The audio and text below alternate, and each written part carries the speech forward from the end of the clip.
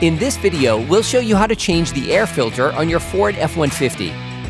You can find it on CarParts.com via the link in the description. You can see the airbox, which is located to the right of the engine compartment. Unclip both holding latches on the airbox cover. Lift the cover, then move it aside. Take out the air filter. For great content, our best price, and fast shipping, download the CarParts.com app now. Before putting the new filter in place, it is important to clean out any impurities or leaves stuck in the filter compartment. You can order the air filter used in the video on CarParts.com via the link in the description. Take the new filter. You can now put the new filter in place.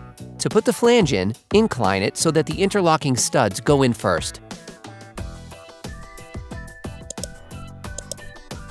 Finally, lock the flange with the two latches. Operation complete.